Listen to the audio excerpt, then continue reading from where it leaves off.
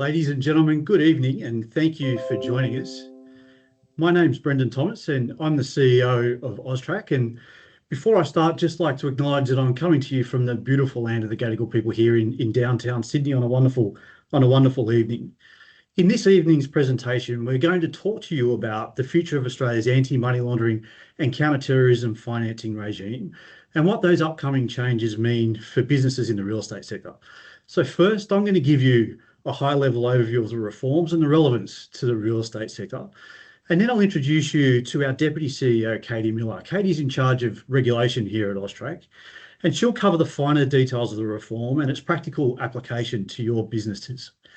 So throughout this session, we have a Q&A option set up so that you can ask any questions, and we've got a team on hand to assist with that. So as we go through the session this evening, if you've got any questions, pop them into that Q&A section. Ask you to keep them short and sharp and respectful, and we'll get to those questions once we finish the presentation. But overall, this session will go for an hour, and really thank you so much for taking the time to attend this. So let's get started. Well, actually, just first before we start, just a small disclaimer to cover. Just important to note that this evening's content, it's not legal advice. We won't be covering every single detail in the law or covering every situation that you might face. But I do encourage you to go online after this and familiarise yourselves with our website and our guidance. And if you do need your own independent legal advice, please feel free to seek that. But let's get on to talking about money laundering. So firstly, just to talk about the scale of the problem that we're dealing with in Australia. The volume of money being laundered in the Australian economy is quite staggering. Just earlier this month, the Australian Institute of Criminology released its latest report on the costs of serious and organised crime to Australia. And serious and organised crime costs Australia up to $82.3 billion a year. That's equivalent to 3.2% of Australia's gross domestic product, an incredible amount of money. And of those most costly elements of crime, those $47 billion of the top three crimes, illicit drugs accounts for 39% of all of that money, $19 billion a year. Organised financial crime accounts for another 27%. That's the equivalent of $13.2 billion a year. And other illicit commodities, a problem which I'm sure you're all familiar with of illicit tobacco, but also intellectual property crime, environmental crime, firearms trafficking and pure cybercrime adds another $8.6 billion to the illicit funds flowing through the Australian economy. Just think about those volumes. That's all illegal money, and all of that money is being laundered through the Australian economy every year. And further, that report found that various crime enablers are also directly linked to serious and organised crime. This includes money laundering and professional facilitators, and also knowing or unknowing lawyers, accountants, and real estate agents. And while serious and organised crime is most visible in our own communities and economy, they also shape how Australia is viewed internationally. For example, property has long been recognised internationally as a high-risk sector for money laundering. It offers criminals three things that they're looking for: stability, potential for profit, and the appearance of legitimacy. Property is one of the most common asset types confiscated in proceeds of crime investigations. Since 2020, our colleagues in the Australian Federal Police have restrained more than $1.2 billion in criminal assets. These include more than $790 million in residential and commercial real estate properties. That's 65% of all criminal assets being restrained by the Australian Federal Police being real estate assets. As an example, in July, a Russian couple was arrested in Queensland with $1.9 million in cash and charged with money laundering through Australian real estate. This case began with a tip-off from us. One of our analysts alerted the Criminal Assets Confiscation Task Force in the AFP to what we saw as structured and large cash deposits being fed into automatic teller machines and used to purchase properties in Australia. The couple deposited more than $4 million into ATMs across 576 transactions, which were allegedly structured to avoid our $10,000 threshold reporting limit. The couple allegedly used the funds to purchase or rapidly repay mortgages for waterfront mansions in Hope Island, Broadbeach Waters and Runaway Bay, houses in Labrador, Alexandra Hills and Mount Gravatt, and a high-rise unit in Milton, all in Queensland. Ultimately, more than $15 million was restrained by the task force, and this included 7 properties, cash, cryptocurrency, and funds in various bank accounts. Now, the court's yet to decide if these funds were the proceeds of crime, but what is certain is that the couple's behaviour was incredibly suspicious and intended to evade detection. Now, AUSTRAC, our intelligence regularly uncovers criminals laundering not just the proceeds of Australian crime, but we're seeing the proceeds of international criminal organisations being laundered through the Australian economy and in particular in our real estate market. The proceeds of corruption in Pacific and in Southeast Asia are also being used to buy property here. Real estate in Australia has become an attractive place for organised crime groups from Southeast Asia also to store their illicit funds. Now, the reforms to our money laundering regime aren't just about stopping Australian criminals. They're also about stopping international criminals parking their dirty money here. This pushes up property prices. It takes property that would otherwise have been purchased by Australians and puts it in the hands of organised criminals, whose only purpose is to continue the cycle of crime and harm. And we see time and again that property is used to layer and integrate funds, often unknowingly facilitated by professional advisors and real estate agents. And those professionals who are really unique, in a unique position to spot this kind of suspicious activity, up until now have had no legal obligation to do so. The new money laundering laws aim to close these gaps and in the process to protect your businesses and your staff from criminals who at the moment know that the real estate sector can be exploited for their benefit. Now, if we're seen as a weak link, we'd be the target for global crime networks and risk losing credibility with other countries and risk losing credibility for our financial institutions. This could mean countries not wanting to trade or transact with us.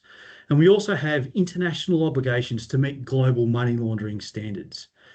The reforms to the Anti-Money Laundering Act are not just about stopping Australian criminals, but they're about closing our market to international crime syndicates and making sure Australian real estate is not a safe haven for dirty money. And this is where us at AUSTRAC come in. So who are we? And what is AUSTRAC? Well, AUSTRAC's an acronym and it stands for the Australian Transaction Reports and Analysis Centre. And we're Australia's anti-money laundering and counter-terrorism financing regulator. Importantly, AUSTRAC is also Australia's financial intelligence unit. And we use the information that we get, and hopefully that we'll get from you, to work with law enforcement and national security bodies in Australia and around the world to combat serious and organised crime. We regulate businesses to stop criminal abuse of the financial system. As I said, we work with our partners to protect the community from serious and organised crime. At AUSTRAC, we help build resilience in the financial system, and it enables us to use that financial intelligence and regulation to disrupt money laundering, terrorism financing, and a whole range of other serious crimes, including serious child abuse. Right now, AUSTRAC regulates around about 19,000 businesses across sectors like finance, banking, gold bullion dealers, and gambling industries. We regulate these services that are known as designated services. That is, services known as posing a higher risk for money laundering and for terrorism financing. But from 1 July next year, AUSTRAC regulation will expand to encompass around about 100,000 businesses due to those reforms to the Act. The new businesses, including lawyers, accountants, real estate agents, and dealers in precious metals and stones, will then come under our regulation. So talk about the risk assessment again in the real estate sector. Last year at AUSTRAC, we published a national money laundering risk assessment. And in that assessment, we found the real estate sector posed a high risk of money laundering in Australia. As I mentioned earlier, real estate is one of the most common transaction types detected by law enforcement in relation to dealing with proceeds of crime investigations. It shows its popularity as an asset and the ease with which illicit funds can be laundered or invested in this particular sector. Property can be negatively geared, generate income and deliver strong investment returns for investors, but it can also do that for criminals. Criminal networks can also buy property to use as things like supply houses, where they go and make and distribute illegal drugs. So how does all this connect back to you in the real estate sector? Well, given all this, the real estate sector has an important role to play as part of our national eyes and ears in detecting organised crime. You know your business best, and you're well placed and best placed to identify suspicious behaviour and then report it to us at AUSTRAC. And we want to partner with you to ensure that all regulated businesses are working together to close the door on criminal infiltration, because The harm that it causes to the Australian community is significant, and it significantly damages our businesses and our economy. Recently in AUSTRAC, we released a video that explains these reforms and the challenges that they're meeting quite succinctly. And we'll just play that video for you now. Every day in Australia, billions of dollars move through our economy, from property settlements and business deals to the purchase of luxury items like gold, diamonds and other precious gems. While most of these transactions are legitimate, the unfortunate reality is that some are used to fund serious crimes like drug trafficking, human exploitation and weapons dealing. This happens through a process known as money laundering, where money gained illegally is moved through layers of transactions to hide where it comes from. That's where AUSTRAC comes in. AUSTRAC is Australia's financial intelligence unit and financial crime regulator. We work with law enforcement, government and industry to detect and disrupt criminal activity hidden within the financial system. Until now, anti-money laundering and counter-terrorism financing laws have mainly applied to businesses like banks, casinos, pubs and clubs, remittance service providers and digital currency exchanges. But that's changing. From the 1st of July 2026, more professionals, including real estate professionals, conveyancers, lawyers, accountants and jewellers, may have obligations under the law. These are all sectors that facilitate large transactions which criminals can exploit. Under the reforms, you may be required to assess the risk of how your services may be used to launder money. Know your customer's identity and verify the source of their funds.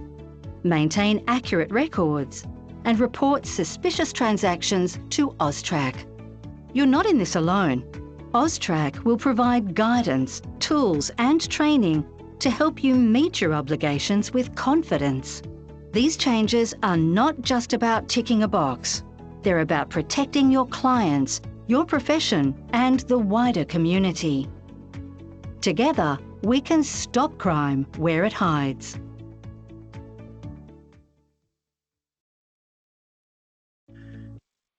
Just to remind you, we've got a team online to answer any questions that you might have. So if you do have questions as we go through this presentation, please pop them into the Q&A function and we'll deal with them as best we can. So last November, the Australian Parliament passed changes to Australia's money laundering laws. And this expands the regime to professional service providers when they provide certain high-risk services. Under the law, those services are known as designated services. As mentioned earlier, these services are often linked to the facilitation of a transaction or other services where money laundering risk is real. Those legal changes mark a historic and significant expansion of our laws to ensure preventative efforts are shared across those high-risk industries and to strengthen our collective response to serious and organised crime. These amendments also shift this regime to be a much more outcomes-based framework to make it simpler and clearer for businesses to apply, to comply and to understand their obligations.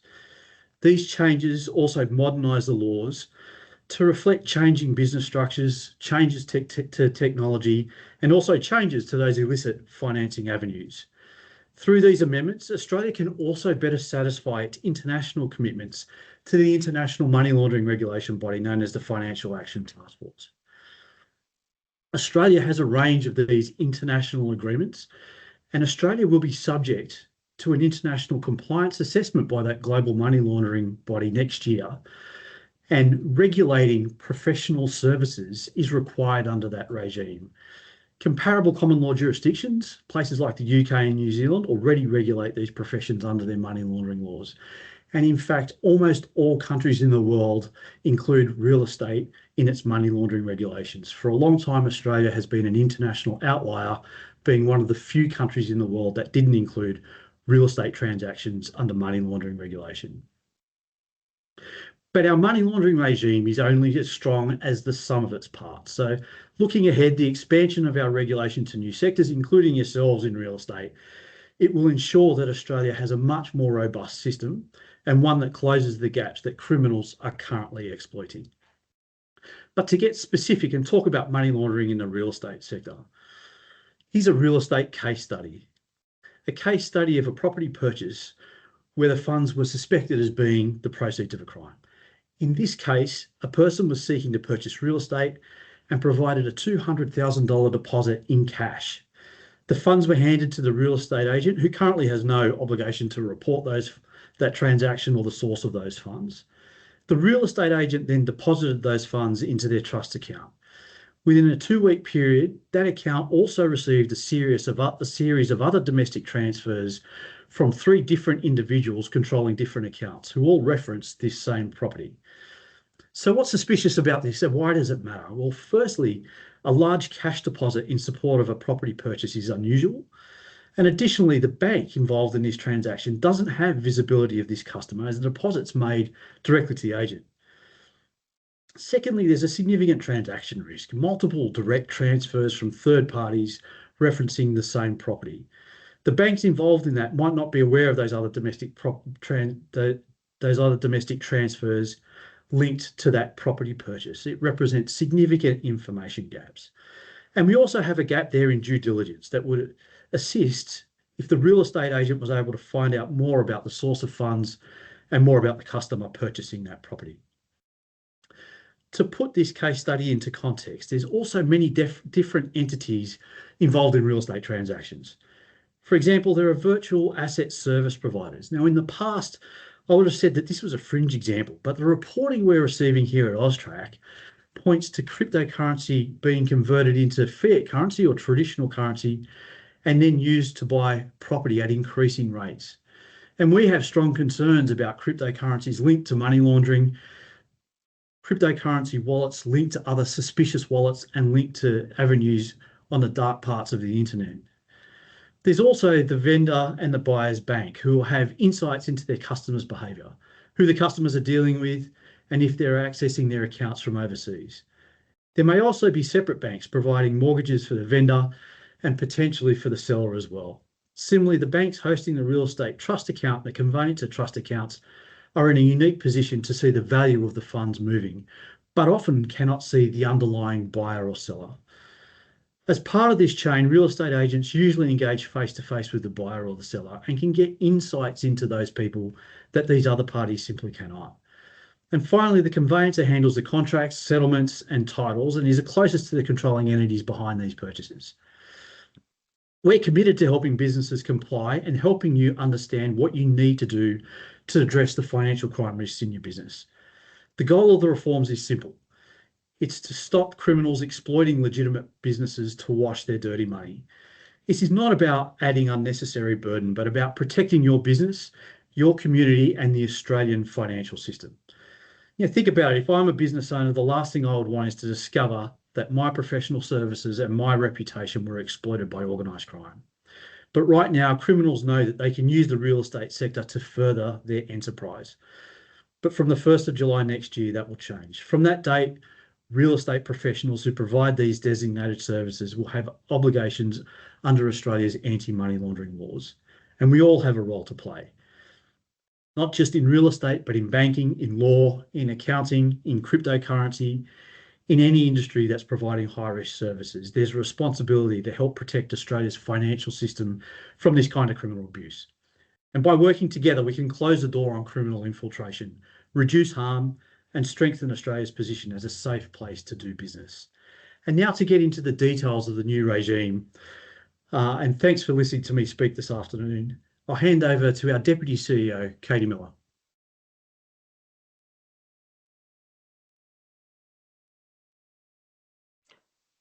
Thank you, Brendan, and good evening, everyone. My name's Katie Miller, and as Brendan said, I'm the Deputy CEO for Regulation here at AUSTRAC. I hold strategic responsibility for AUSTRAC's regulatory, policy and legal functions. Now, as Brendan mentioned, I'm going to discuss how the changes to our anti-money laundering laws will directly impact the real estate sector, your obligations, and also let you know what our expectations are as a regulator. I'm also going to touch on how we are helping you navigate these changes and the support and the resources that are available to you. Now, just remind you, the Q&A function is open. We have a team on hand to answer your questions. I see there's been a couple of questions already, so I encourage you to keep putting those in. In addition to our team being available to provide answers on the spot, we've also got some time at the end of my presentation to respond to some of the common questions that might come through. So let's get started, and we'll start with who is actually going to be regulated. Now, the first thing I want to say is that if you go and have a look at the Anti-Money Laundering and Counter-Terrorism Financing Act, you won't actually see a reference to real estate agents in there. And the reason for that is that the Act does not regulate based on sectors, but instead regulates on the basis of these higher risk services that are commonly provided by certain sectors.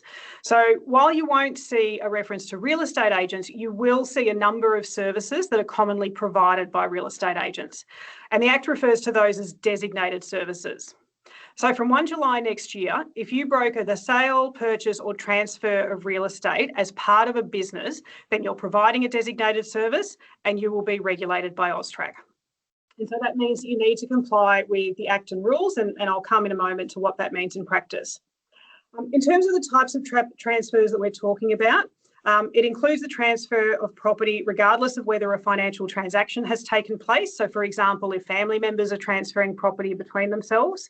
And it also includes leasehold arrangements of more than 30 years. So if you're practicing in the ACT, you'll be familiar with these sorts of arrangements. The regulations apply to both residential and commercial real estate, and you're likely to be providing these designated services if you work as a buyer's or a seller's agent, or if you're a property developer or another type of business selling house and land packages, apartments off the plan, or blocks of land in new subdivisions. Now, one thing that I will ask you to keep in mind, when you think of designated services, remember that for many of you, these transactions are discrete with clear beginning and end points. And that's going to be relevant when we come to talk about your obligation to ask your customers for information.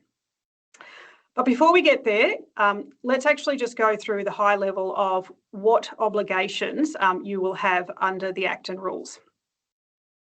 So from 1 July next year, if you provide the sorts of services I've talked about, you will have obligations to help mitigate and manage your risk that criminals may try to use property transactions to launder money or finance crimes.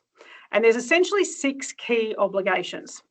So the first one is pretty straightforward. You actually need to enrol with us. So you need to tell us who you are and what services you provide. And you need to do that within 28 days after you provide a designated service. The next thing you need to do is you need to develop and maintain an AML CTF program that is tailored to your business. So basically what that is there's a risk assessment. So that identifies and also assesses the sorts of risks that your business may face in terms of money laundering risks, terrorism financing and proliferation financing when you provide designated services. And then you also need in your program policies and procedures that basically set out how you're going to manage and mitigate those risks. Now, those policies also need to explain how you'll comply with some of the obligations that you have under the Act and regulations, the Act and rules.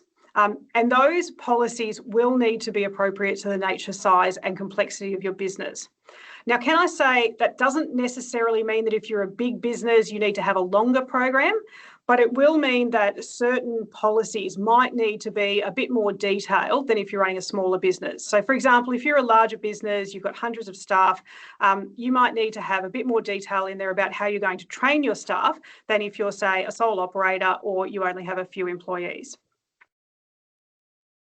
The next thing you need to do is you need to appoint what's called an AML CTF compliance officer. So they're basically responsible for overseeing and coordinating the day-to-day compliance with the Act and rules and the policies that your business has developed. Now, depending on the size of your business, this officer may be solely focused on anti-money laundering duties, or they may have other duties in addition to their anti-money laundering duties. The one thing that is consistent across all compliance officers is that they must be a fit and proper person. And the factors relevant to whether someone is suitable to be an AML compliance officer can be found in the rules, as well as our guidance, which is our plain language version of what the Act and rules requires, and also includes positions that AUSTRAC has about both how the Act is interpreted, but also what we think that means in reality when you apply it on the ground. Next thing you're going to need to do is conduct initial and ongoing customer due diligence. You'll hear people use the acronym CDD. It effectively just means knowing who your customer is. So that involves knowing and verifying your customer's identity and also understanding the nature of your business relationships with them. So effectively, why are they engaging your services? Now, for a lot of you, you're probably already doing some of this already. You probably have some sort of processes where you need to know who your customers are. And so it may be that when it comes to anti-money laundering, it's a matter of adapting or formalising the approach that you currently have. Customer due diligence helps you to understand who your customers are and also helps you to understand the sorts of money laundering or terrorism financing risks they might be bringing to your business. And the level of information that you collect and verify to complete customer due diligence is going to depend on the risk profile of the customer. So effectively, for higher risk customers, there's more obligation. For lower risk customers, fewer obligations. Specifically, you must establish whether your customer or any agent of the customer is who they claim to be. And then there's two additional factors or obligations that apply to everyone. So the first is whether they're subject to targeted financial sanctions. DFAT keeps a list of these people. And the other is whether they are a politically exposed person or a relative or a close associate of one. So that's basically, you're looking at politicians, very high-ranking government officials, as well as their family members and close associates. Again, it's a risk-based. The important thing to remember is that the Act adopts a risk-based approach. The outcome that we are ultimately looking for is money laundering risks to be identified and managed. We don't see this scheme as one which requires really exhaustive collection and verification of information. The collection and verification of information is ultimately tied to what do you need to do to understand your money laundering risks and then manage those risks. And so that means that the level of due diligence you do over your customer will depend on the level of risk that they pose. Now, we anticipate that in the real estate sector, there's going to be a lot of customers who are low risk. An example of a low risk customer would be individual Australian residents and they're purchasing real estate with a bank loan. Now, in those cases, if they're not politically exposed people, if they're not subject to financial sanctions, then you can apply a less stringent due diligence known as simplified due diligence. And that just requires lighter checks. So it will probably be enough in those circumstances to gather some basic information from them, check their driver's license against that information, and then you do a few internet searches to see if they are on that DFAT list of sanctioned people or if they are a politically exposed person. And those checks do need to be done even for low risk customers because organised crime will commonly hide behind people who look to be otherwise fine, upstanding members of the community. So even low risk, it's not no risk. So even low risk does require some checking. Now this initial customer due diligence, that needs to be carried out before conducting a designated service in most circumstances. There are some circumstances where you can conduct it at a later point in time. We refer to that as delayed customer due diligence or delayed CDD. Good example of that for the real estate sector is if you are selling a property at auction, the reality is you only know who the buyer is after the fall of the hammer. Now, if the contract is signed that day, it may be that the buyer doesn't have all of the necessary ID with them for you to be able to do all the customer due diligence checks that you need to do. So in those circumstances, you could delay initial customer due diligence if completing the due diligence would disrupt the ordinary course of business. So effectively, if you've got a short period of time between end of auction, signing the contract, that's where these provisions might apply. The other thing to note is you don't need to perform customer due diligence on existing customers. So if somebody is engaging your services before the 1st of July, you won't need to do customer due diligence on them unless you need to submit a suspicious matter report about them, or if there is a significant change in your relationship with them and that increases their risk to either medium or high over the course of your business relationship with them. Again, if you're in the business of buying and selling property and it's sort of high volume but short duration transactions, that may not be relevant. If you are, say, a property developer and you're selling apartments off the plan and the relationship can span months or years, that might be more relevant for you.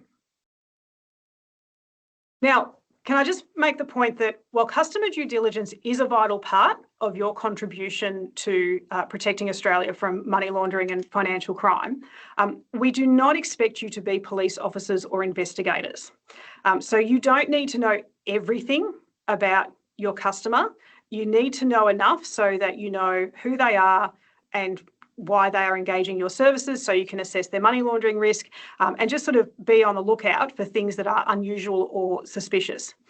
Importantly, you don't have to stop transactions. You don't have to investigate customers. You do have to report suspicions, which are just that, suspicions. I'll come to it a bit later on, but basically AUSTRAC takes those suspicions, we put them together with lots of other intelligence, we make the suspicious matter reports and our intelligence reports available to law enforcement, and they are the ones who investigate or stop crimes. You do need to consider the risk of your customers and whether a particular customer fits your risk appetite. And that might on occasion include considering whether you can manage the risks and keep dealing with them. But again, this is the point where it's important to remember that a lot of your transactions will be discrete with a clear beginning and end date. And if you have a transaction that's finished, so contracts have been exchanged, and you then receive information that causes suspicion, you will still need to submit a report. But that's all we expect you to do. And practically speaking, it'll probably be all you can do. The other point I want to make is that we don't want to create duplication. We know that real estate transactions often involve multiple regulated entities. So for example, one transaction, you can have real estate agents, conveyancers, lawyers, banks. And so that means that the requirement to collect and verify information might happen multiple times, and we understand that that can be inconvenient for customers, particularly if you've got several entities requesting the same information in a short period of time. So to try and avoid that duplication, the law does allow regulated businesses to basically enter into reliance agreements or arrangements with other regulated businesses, and they can be on an ongoing basis or a case-by-case basis. So that means if you deal with particular lawyers, conveyancers, banks, buyers or sellers agents on a regular basis, you can enter into an arrangement with them so that the know your customer information that has been verified by one service provider can be relied on by others. The next obligation, I have touched on this a little bit already, is to submit reports to AUSTRAC. And the main sort of reports you need to submit are suspicious matter reports. So that's when you suspect on reasonable grounds that a person is not who they claim to be, or that a matter is linked to criminal activity or proceeds of crime. Again, I really just want to underline a perception or sort of a suspicion. It's not like actually reporting a crime. It's actually much smaller. All we're asking you to report is that something doesn't look right. As I said, once we receive that information, we put it together with lots of other information and we try to determine if something criminal is going on, and we let law enforcement agencies know about that.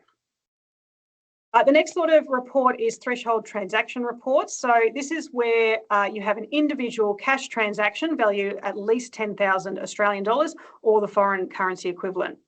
And then finally, each year, regulated businesses are required to submit an annual report to AUSTRAC, which basically summarises how you've met your AML CTF obligations in the previous years. And finally, obligation for as a business, you do need to make and maintain accurate and complete records and hold on to those for at least 7 years. And those records will provide evidence of your due diligence, your risk management practices and compliance with your obligations. Now I want to say a little bit more about the anti-money laundering and counter-terrorism financing programs that you will all need to have. Now, in the past, AUSTRAC has expected businesses to build their own programs. And look, that was appropriate in terms of the cohort that we have regulated to date, which have by and large been larger and more sophisticated businesses, with more resources to develop their own programs. We're mindful of the nature of businesses, not just in the real estate sector, but in terms of all of the new regulated businesses coming on board. And we're conscious that the reforms will impact businesses that range from small businesses to large companies. And that means that the capacity to manage our regulatory expectations will differ from business to business. Now, we're committed to setting you up for success. We want you to succeed in managing money laundering risks, because ultimately we want to make it harder for criminals to launder their money. And so what we've done, so taking those two things together, is that we are going to provide detailed guidance to you so that you understand your obligations and how to meet them. So we've already provided guidance around what we call the core obligations, and that is now available on our website. We are also going to provide what are called AML-CTF starter programs. So these are effectively programs that you can take and adapt and implement into your business. So your focus can be on training your staff and actually implementing the policies in there, rather than starting with a blank piece of paper and trying to sort of figure out what risks you might be exposed to and how you're then going to manage them. They are designed for low risk, less complex businesses. That's not to say that larger or sort of more medium-sized businesses can't find use in them. They remain a tool that will be available to you. It may be, though, that if you are a larger size business, you actually need to do more in terms of adapting and sort of scoping out what your risks are and what your policies are going to be, than just sort of taking this starter program off the shelf and applying it into your business.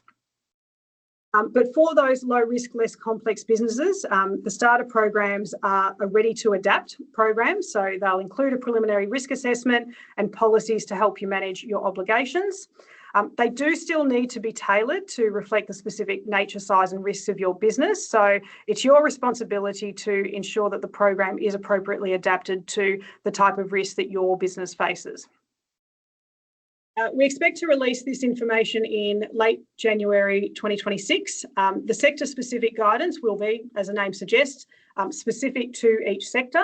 So there will be a specific real estate one, and it will include examples and address key issues that have been raised by the industry bodies. Just to give you a little bit of a glimpse of the steps we expect you to take around these starter programs. So as I said, your business will be responsible for customising the program to ensure it reflects the risk that your business faces and that the procedures are workable for your staff in practice. What that might mean is you might look at the starter program and say, yep, look, that's fantastic, but there's entire sections that are relevant to services that I just don't provide. So you might remove those. Equally, you might look at it and say, look, that's fantastic, good starting point, but it doesn't actually pick up one of the key jurisdictions that I provide services into. So that might be a space where you need to add some things to the program. If you are making changes, I strongly encourage you, please do a final check to see if the program as a whole remains compliant with your obligations in both the Act and rules. The next step will be you'll need to appoint the relevant staff. So I mentioned before the AML compliance officer, and you'll need to assign some roles. You then need to train your staff on their responsibilities. Having a beautifully presented program and policies is a good first step. But what we actually really want to see is staff who know what those policies are and how to implement them in practice. Ultimately, we expect that the starter program will help you to understand what information you need to collect and verify about your customers. It'll assist you in assessing the risk of each customer. Not every customer is the same. You will have, like I said, probably mainly low risk, but you need to know what a medium or a high risk customer looks like. The starter program will provide escalation procedures where customer-facing staff recognise that unusual activity that you think this is maybe not quite right, and might engage your reporting obligations, as well as explain how you might implement personnel due diligence requirements, so basically due diligence requirements about your employees, training on AML, CTF and other obligations that you need to meet to comply with the legislation. Now, as I've said a few times, these obligations start on the 1st of July 2026. The first thing I want to do is acknowledge it's a tight time frame. We are less than a year since Parliament passed the law. So we acknowledge that effectively just over 18 months is a very tight time frame to implement this system. Basically, the timeframes reflect the fact that, as Brendan alerted to, next year we're going to be subject to a mutual evaluation by our regulator, the Global Money Laundering and Terrorist Financing Watchdog, the Financial Action Task Force, and that starts next year. It's extensive effort. The work will flow through to 2027, but that's basically the background to why Parliament decided to start this scheme, or this expanded part of the scheme, from July next year. Now, we also recognise that presents challenges for businesses in terms of preparing. So the first thing I want to say, and I will repeat this many times, we don't expect perfection, we expect progress. And so for real estate businesses that are going to be regulated from next July, what we expect you will be doing from 1 July is that you'll do by 1 July. The first is that you're enrolled with AUSTRAC as a reporting entity, that you have an AML program, either because you've adapted the starter program or you have separately developed your own, that you have an AML CTF compliance officer, you've trained your staff on your program and processes, and you're ready to ask questions of clients and report suspicious activity if you see it, and you do that without tipping off the person involved. Now, I recognise that organised criminals, they are sophisticated in their methods of hiding money and transferring value. They adapt and iterate all the time. And so spotting what is suspicious behaviour might be indicative of money laundering. It is a practice that improves over time as you learn more about what money laundering looks like and how it can be managed effectively. So we do not expect newly regulated businesses, we do not expect the people on this call to be perfect at identifying and controlling for money laundering risks from day one. But what we do expect to see is honest, reasonable efforts to meet your obligations and have a go at reporting suspicions to AUSTRAC when you're seeing those suspicious or unusual matters in your business. Just quickly, in terms of where we're up to in the process and the support that we're providing. So over the past 12 months, AUSTRAC has worked collaboratively with real estate peak bodies to develop the rules. So we have endeavoured for those rules to reflect the realities of your business. We've provided in-depth guidance on the core obligations, and the starter programs and sector-specific guidance will be coming in July. We are running webinars and industry education sessions, and we will continue to do that right up to go live and indeed afterwards. We are very much on this journey with you. We want to work with you to build a resilient and effective regime. We have AML CTF obligations fact sheets for the newly regulated businesses, and that includes the real estate sector. And that fact sheet will explain key requirements, a lot of the things I've already talked about tonight. So enrolling with AUSTRAC, developing and maintaining an AML CTF program, appointing a compliance officer, and undertaking customer due diligence. So I highly recommend that you download that sheet via the education page on our website. Now, the other thing I just want to say is I recognise that these reforms, they involve changes not just for you, but for your customers. And so we are going to make major updates to the section of our website that is directed more at a public audience with key information to explain why the next time they go to buy and sell property, they might be asked for ID and might be asked some questions around customer due diligence. In the new year, we're also going to share some resources for you to distribute across your own communications channels to, again, help educate your current and future customers about why they might be asked for this sort of information in the future.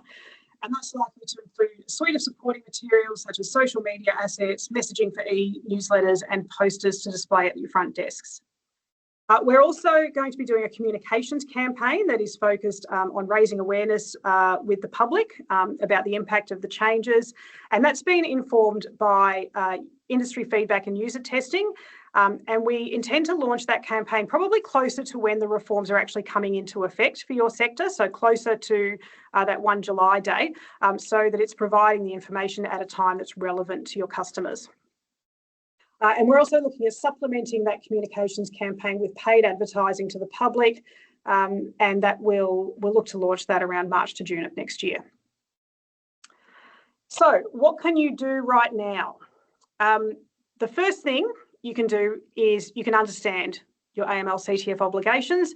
So to everybody who has attended tonight, well done. You know, that's what you're doing by attending webinars like this, and I encourage you to get on AUSTRAC's website and have a look at some of the other webinars that we have available. The next thing I'd encourage you to do is have a look at what you are currently doing in your business. What are the processes that you currently have, and assessing the extent to which that might actually either help you meet obligations under the Act and rules, or could be adapted to meet your obligations under the Act and rules. So effectively, I'd encourage people to do a gap analysis. So what do you do right now? What will you need to do when the Act and rules commence next July? And then have a look at what the gap is and what you need to do to fill that gap. Might be a new process or procedure, but it could just as equally be something you already do at the moment. So you might already be identifying and verifying your customers, and it might just be that you need to add some steps to the process. Maybe it's around documenting, the outcome of that process. Or it might just be making somebody else aware, in your business aware of the outcome of that process, so they can be, assessing things around whether it raises suspicions. Now, to be compliant with the Act and the rules, you will need to clearly document your procedures.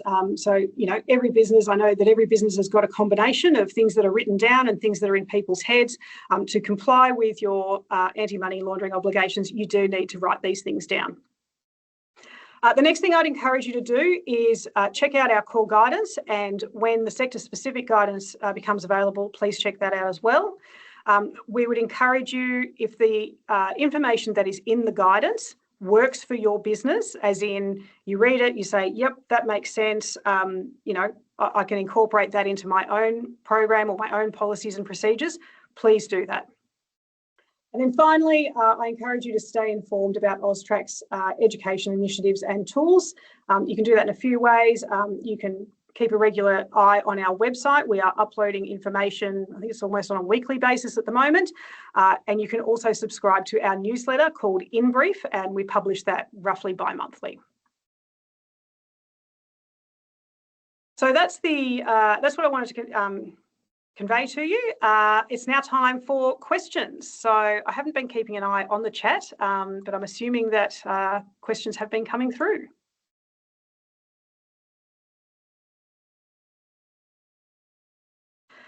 Okay, so the first question is, how long do we have to submit SMRs or suspicious matter reports, and do I need to stop providing services to my customer if they are suspicious?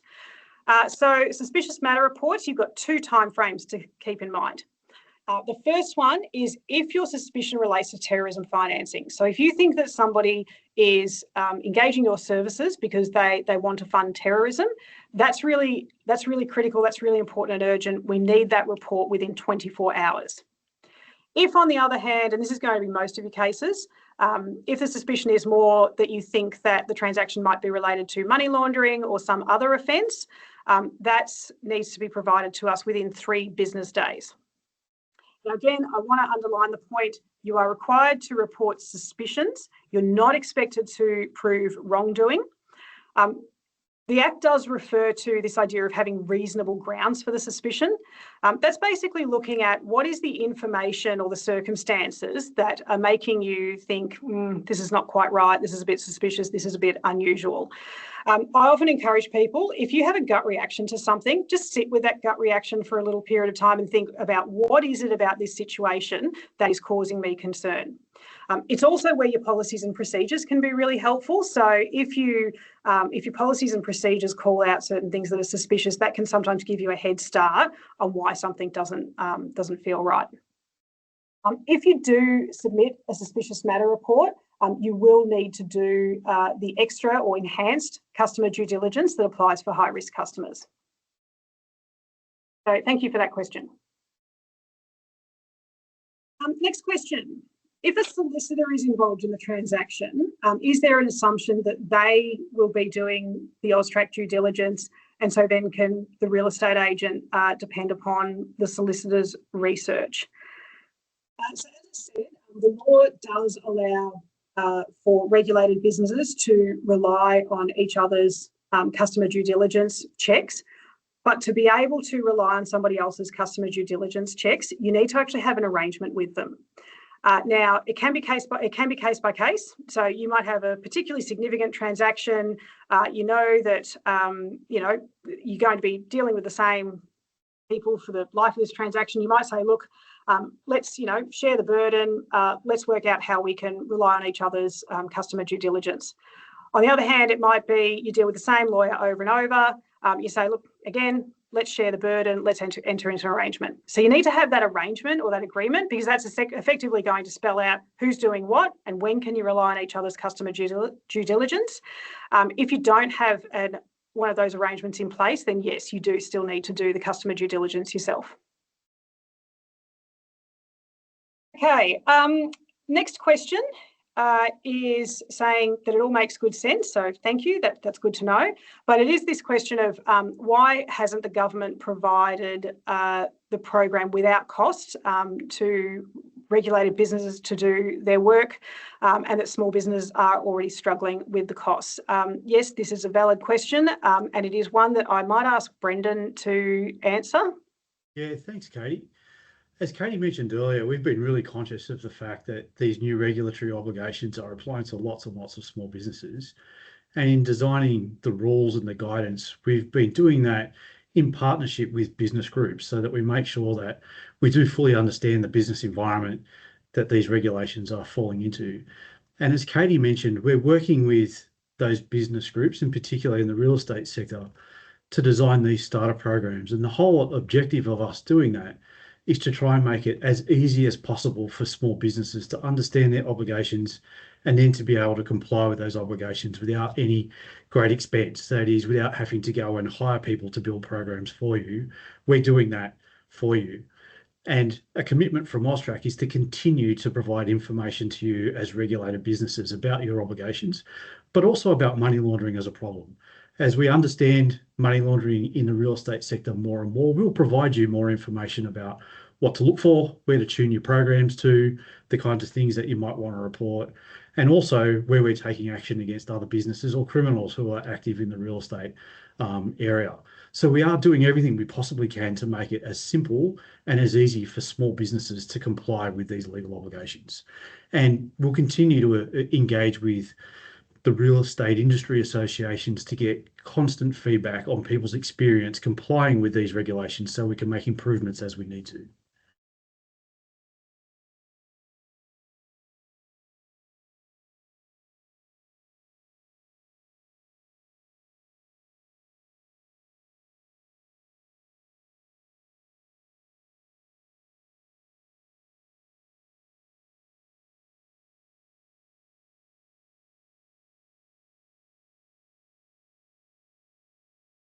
Sorry, everyone, I kept my mute on.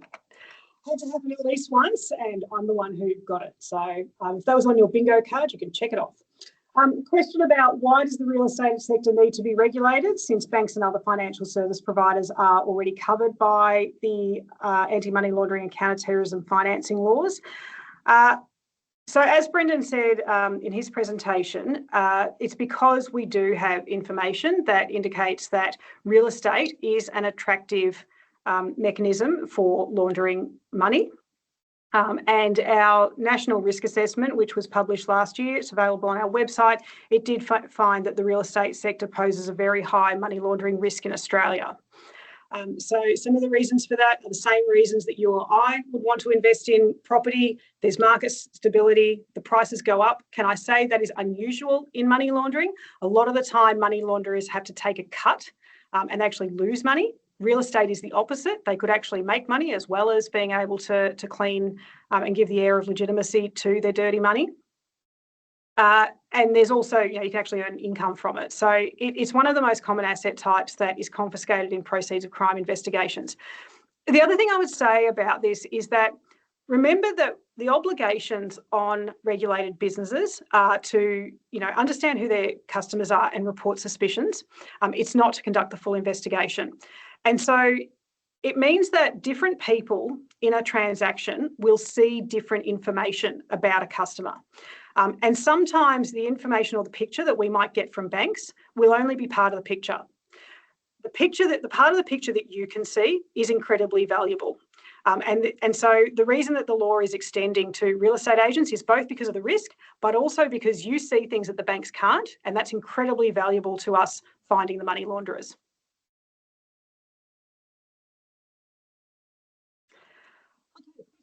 What are some of the red flags that we should be aware of? Yep, really great question.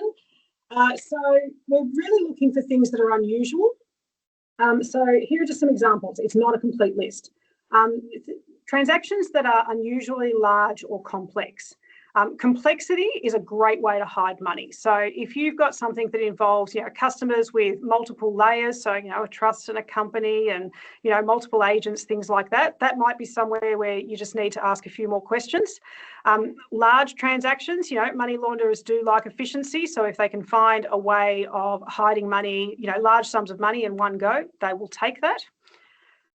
Another one is transactions or behaviours that have no apparent economic or lawful purpose. So I think Brendan referred to the example of, somebody buys a property with a mortgage but then pays it off very quickly and sells it very quickly. Don't get me wrong, everyone would love to do that when they buy property and have a mortgage, but we know that it's uncommon in the Australian market. So that might be another indicator. Again, I'm just saying indicator. It doesn't mean that money laundering is actually happening. To anyone who has been able to do that with a property, fantastic. I'd love to know your secret. The other is, transactions that are inconsistent with what you know about the customer, and the nature and purpose of the business relationship. So it could be something like somebody coming to buy a very expensive property when they have employment that is not consistent with being a really high income earner and being able to afford a property like that, or might even have no employment. So again, these are just circumstances that might indicate higher money laundering and terrorism financing risk. It doesn't mean that they are actually engaged in money laundering. It's just, these are the red flags. Okay, next one, can I delegate the role of the AML compliance officer? Brendan, I might throw this one over to you. Yeah, you can delegate the role of the compliance officer. But it's important to know the rules allow, particularly in small businesses, for the principal of the business to also take on the role of the compliance officer. If you're a small business, it doesn't mean that you need to employ an additional person. It just means you need to understand your money laundering responsibilities and make sure that they're being done to the best of your ability. So you can delegate that within your business, so long as the person is at a management level within your business. And can I just say before we end, it's really easy for people, I think, to be overwhelmed by the money laundering regime and these new obligations. But at their heart, they're really about risk. As Katie mentioned earlier, we expect most transactions in the real estate sector to be low risk. We don't expect most people who are buying and selling real estate in Australia to be money launderers, but there are a significant number that are. And what we're really asking you to do through this regime is just to satisfy yourself that the person you're dealing with is who you think they are, that the company you're dealing with is what it looks like and is what you expect it to be. And if through your best efforts you can't satisfy yourself about that, that's when you report something to us. Or if you do satisfy yourself about that, but as the transaction progresses, you develop suspicions about where a person's money might be coming from, the source of their funds, or their connections to others, and through just reasonable efforts, you can't establish or you can't satisfy yourself that that's a legitimate transaction. That's again when you give a suspicious matter report to us. And we use those reports every day. We use them from the businesses that we regulate, and we get hundreds of thousands of them a year. And we use them to build pictures of crime and pictures of criminality and to share those with our law enforcement and national security partners so that all of us can work together to stop organised crime and to shut criminals out of our Australian economy. So at the heart, it's easy to be overwhelmed by this, but at the heart, it's a pretty simple system based around risk and understanding risk and acting on that risk when you see it. But there's a couple of things, as that being the last question, a couple of things just to remind you of before we close up tonight. For further information, look, I'd really encourage you to jump on the AUSTRAC website. at austrac.gov.au. We've got some great information on there, and as Katie said, we're updating it regularly as these reforms get closer to implementation. There's a great tool on it where you can check whether you'll be regulated, but I can say if you're buying and selling real estate, you're most likely to fall under AML regulation. But you can also look for further guidance on our website. So there are other sections on the website that detail these reforms, and they are continually updated as the reforms progress and as we get closer to implementation. You can learn about your obligations from there. We've got videos available on the YouTube channel. And as we said earlier, you can follow us on social media where we're providing updates on a regular basis. And please subscribe to our newsletter In Brief, where we have a whole range of information about money laundering and about the upcoming reforms. But as an organisation responsible for money laundering regulation, we really are committed to working with you and working with the real estate sector so you can understand what the law requires us all to do. But most importantly, so that we can work together to shut criminals out of our economy and really close down organised crime in Australia. So again, thank you for joining us this evening. It's been a great pleasure talking to you. Hopefully we've answered a range of questions that you might have about the upcoming reforms. As I say, keep in touch with us through our website and our social media accounts, and we'll continue to provide information to the real estate sector on money laundering and on these obligations as we get closer to that July implementation date next year. Thanks again for your time this evening, and have a good evening.